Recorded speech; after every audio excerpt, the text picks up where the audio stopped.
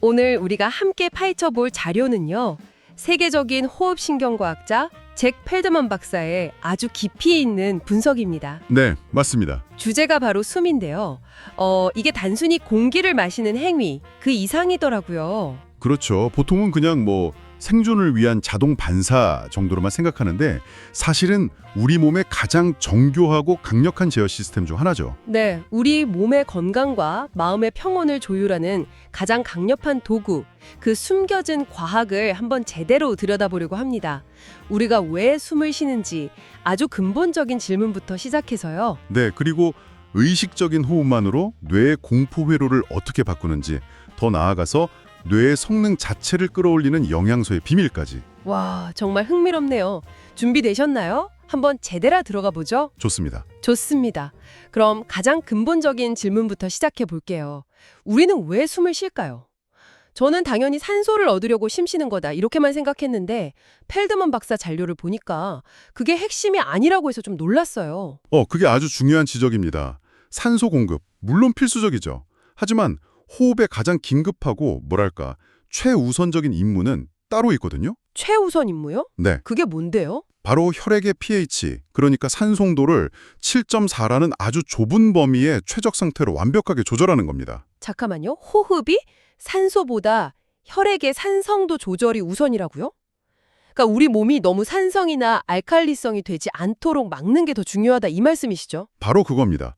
우리 몸의 모든 효소나 단백질이 이 pH 7.4라는 미세한 균형에 극도로 민감하게 반응하거든요. 정밀하게 조절하는 거예요. 아하, 그럼 산소를 들이마시는 건 그 과정에서 자연스럽게 따라오는 결과 같은 거군요. 그렇죠. 핵심은 항상성 조절입니다. 와, 그렇군요. 그럼 이 숨을 들이마시고 내쉬는 물리적인 움직임은 어떻게 일어나는 건가요? 저는 폐가 무슨 근육처럼 스스로 움직이는 줄 알았거든요. 그것도 아주 흔한 오해 중 하나죠. 사실 폐는요, 스스로 움직일 수 없는 그냥 수동적인 공기주머니에 가까워요. 아, 진짜요? 네. 진짜 주인공은 폐 바로 아래에 있는 횡격막이라는 거대한 돔 형태의 근육입니다. 횡격막이요? 네. 우리가 숨을 들이쉴 때마다 이 횡격막이 아래로 쭉 평평하게 수축하면서 가슴 안의 공간을 넓혀주는 거죠. 마치 주사기 피스톤을 당기는 것처럼요. 정확한 비유입니다. 그러면 폐 내부 압력이 낮아져서 공기가 저절로 쑥 빨려 들어오고 반대로 횡격막이 이완해서 원래 돔 모양으로 돌아가면 폐를 압박해서 공기를 밀어내는 거고요. 이 모든 과정이 우리가 잠을 잘 때조차 완전히 자동으로 이루어진다니 진짜 신기하네요. 이 호흡의 지휘본부는 어디에 있는 건가요? 뇌의 가장 깊숙한 곳, 뇌간에 위치한 프리괴칭거 복합체라는 곳입니다. 프리괴칭거 복합체. 네, 수천 개 신경세포로 이루어진 이 작은 통제센터가 우리 생명의 리듬을 만들어내는 메트로놈 역할을 하는 거죠. 매 순간 신호를 보내서 횡격막을 움직이게 하는 겁니다. 방금 말씀하신 그 횡격막이 단순한 근육이 아니라 인류 진화의 결정적인 열쇠를 쥐고 있었다? 이 부분이 정말 흥미로웠습니다. 맞습니다. 횡격막은 파충류나 양서류에는 없는 포유류만의 아주 혁신적인 특징이거든요. 아, 포유류만요? 네. 이 강력한 펌프 덕분에 포유류가 엄청난 폐 표면적을 가질 수 있게 된 겁니다. 우리 폐 속에는 약 5억 개의 폐포라는 작은 공기주머니가 있는데 이걸 모두 펼치면 그 면적이 테니스 코트 3분의 1 크기에 달해요. 잠깐만요. 테니스 코트 3분의 1이요? 그게 제 몸 안에 있다고요? 말도 안 돼요. 어디에 다 들어가는 거죠? 놀랍죠? 횡격막이 없었다면 매 순간 이 거대한 면적을 효율적으로 부풀리고 수축시키는 건 불가능했을 겁니다. 이 엄청난 효율성이 진화에 어떤 영향을 미쳤을까요? 단순히 숨쉬기 편해진 것 이상의 의미가 있었을 것 같은데 혹시 우리의 뇌랑도 관련이 있나요? 정확합니다. 바로 그게 펠드만 박사의 핵심 주장이에요. 인간의 뇌는 엄청난 에너지를 소비하는 기관이라서 막대한 양의 산소를 계속 공급받아야 하잖아요. 그렇죠. 횡격막이라는 혁신적인 기관 덕분에 이 산소 공급이 가능해졌고 비로소 이렇게 크고 복잡한 뇌가 발달할 수 있는 토대가 마련되었다는 거죠. 와, 숨쉬는 방식의 변화가 인류의 지성으로까지 이어졌다니 정말 스케일이 다르네요. 이런 자돔 시스템 얘기를 하다 보니까 한숨이 생각나는데요. 저는 그냥 감정 표현인 줄 알았는데 이것도 생존의 필수적인 기능이라고요? 네, 맞아요. 바로 생리적 한숨이라고 부릅니다. 생명을 살리는 리셋 버튼이라고 할 수 있죠. 리셋 버튼이요? 네, 아까 말씀드린 5억 개의 미세한 폐포들은 작은 비눗방울 같아서 시간이 지나면 표면 장력 때문에 저절로 쪼그라들어서 붕괴될 수가 있어요. 이렇게 다친 폐포는 가스 교환을 못하게 되죠. 그럼 폐 기능이 점점 떨어지겠네요. 컴퓨터로 치면 뭐 불량 섹터가 늘어나는 것처럼요? 아주 비슷한 비유입니다. 일반적인 호흡의 압력만으로는 이 붕괴된 폐포들을 다시 펴기가 어려워요. 그래서 한숨을 쉬는 거군요. 그렇죠. 그래서 우리 몸은 약 5분마다 한 번씩 자동으로 평소보다 2배 정도 큰 숨을 들이쉬는 한숨을 쉬는 겁니다. 이 강력한 압력이 붕괴된 폐포들을 뻥 하고 터트리듯 다시 열어주는 역할을 하는 거예요. 폐의 효율을 최상으로 유지하는 일종의 유지보수 시스템이네요. 핵심적인 시스템이죠. 실제로 과거에 소아마비 환자들이 쓰던 인공호흡기, 그 철회폐가 초기엔 사망률이 높았는데 과학자들이 주기적으로 큰 숨, 그러니까 인공적인 한숨을 불어넣는 기능을 추가했더니 사망률이 극적으로 줄었다는 일화가 바로 이 원리를 증명하는 거군요. 맞습니다. 우리도 모르는 사이에 우리 몸이 얼마나 완벽하게 스스로를 돌보고 있는지 보여주는 대표적인 사례라고 할 수 있습니다. 자, 그렇다면 우리 몸의 무의식적인 호흡이 이렇게나 생명 유지에 중요하다면 우리가 의식적으로 호흡을 조절할 땐 어떤 일이 벌어질까요? 흔히 진정하고 심호흡해라고 말하잖아요. 이게 그냥 기분 탓이 아니라 정말 과학적인 근거가 있는 건가요? 과학이 그 답을 아주 명확하게 보여줍니다. 펠드먼 박사 연구팀이 아주 흥미로운 실험을 했어요.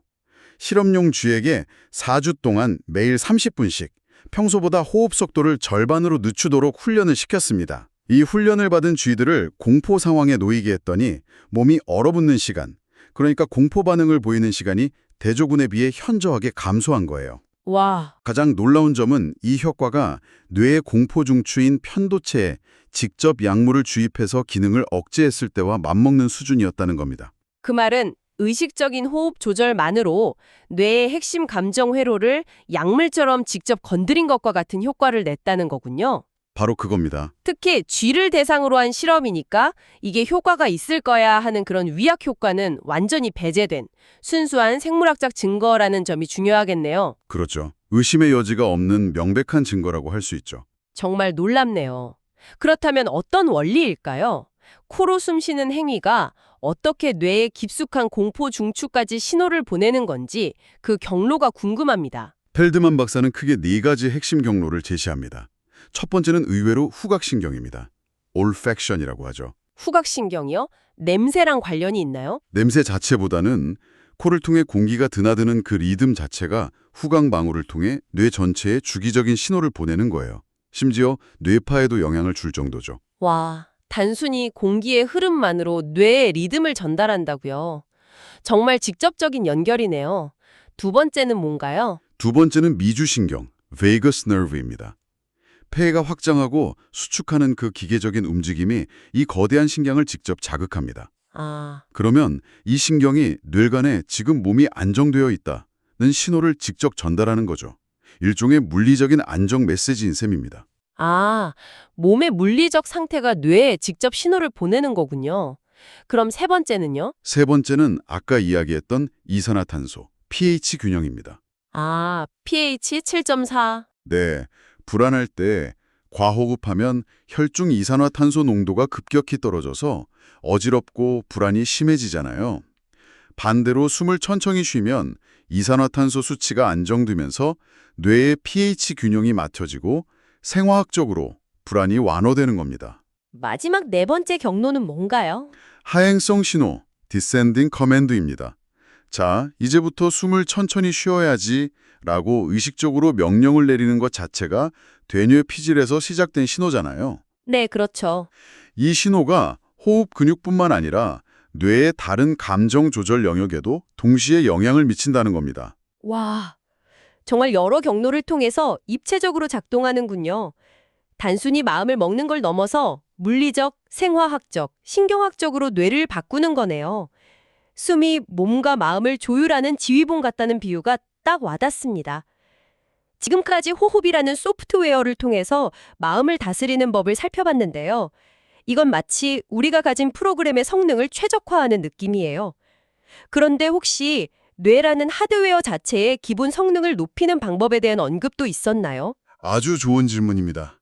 펠드만 박사의 자료가 바로 그 지점으로 넘어가거든요.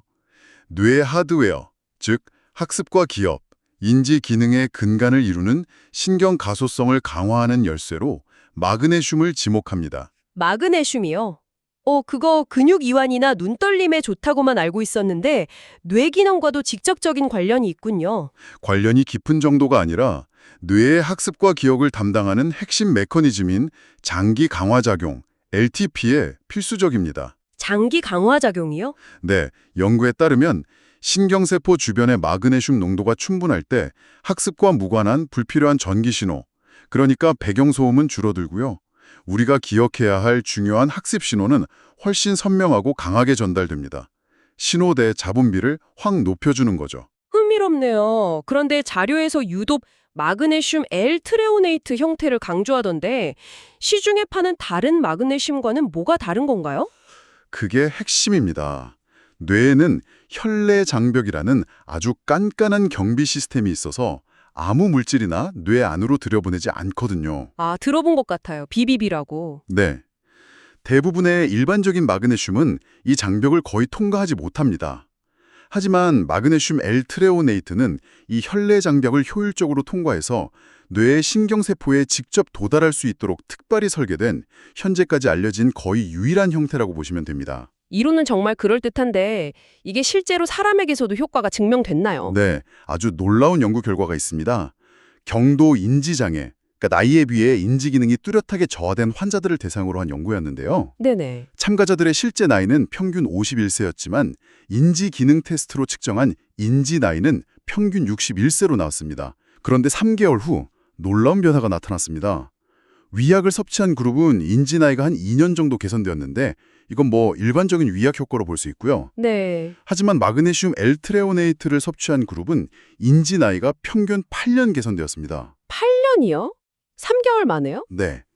61세였던 인지 나이가 53세 수준으로 회복돼서 실제 나이에 훨씬 가까워진 겁니다. 와, 이건 단순한 개선이 아니라 거의 인지적 시간을 되돌린 수준인데요?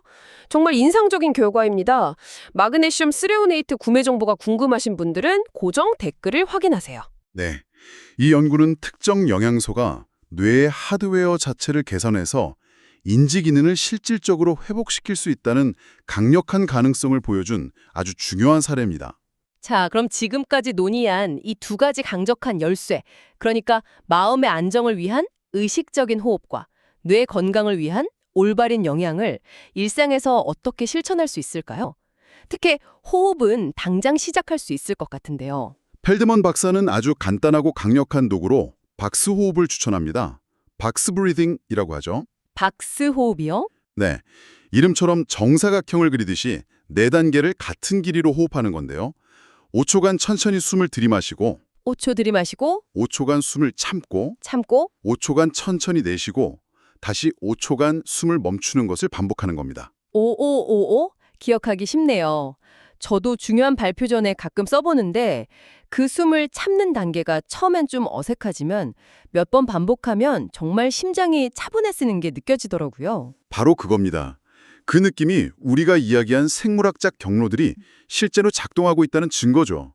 펠드먼 박사 자신도 점심 식사 후에 집중력이 좀 떨어질 때 하루 5분에서 10분 정도 이 방법을 통해서 컨디션을 회복한다고 합니다. 복잡한 기술보다 이렇게 간단한 방법을 꾸준히 시도하는 게 핵심이겠네요. 그렇죠. 오늘 우리는 숨이라는 것이 단순한 생명 유지를 넘어서 우리의 감정과 생각, 신체 상태를 능동적으로 조절할 수 있는 가장 가까운 열쇠임을 확인했습니다. 네. 무의식의 영역에 있던 것을 의식의 영역으로 가져와서 활용하는 것만으로도 이렇게 큰 변화를 만들 수 있다는 사실이 정말 인상 깊습니다. 맞아요. 마지막으로 생각해 볼 질문을 하나 던져드리고 싶습니다. 네, 어떤 질문인가요? 우리는 호흡이라는 너무나 당연한 자동 기능 속에 사실은 뇌 회로를 바꾸고 감정을 조절하는 엄청난 힘이 숨겨져 있다는 것을 보았습니다. 그렇다면 우리 몸의 또 다른 자동 기능들, 예를 들어 심장 박동이나 소화 같은 이런 무의식적인 과정들 속에는 아직 우리가 발견하지 못한 어떤 잠재력이 숨어 있을까요? 우와, 정말 생각해 볼 만한 질문이네요. 당신의 뇌와 마음을 위한 가장 강력한 도구는 이미 당신 안에 있습니다. 원본 영상과 마그네슘 스레오네이트 구매 정보가 궁금하신 분들은 고정 댓글을 확인해 주세요.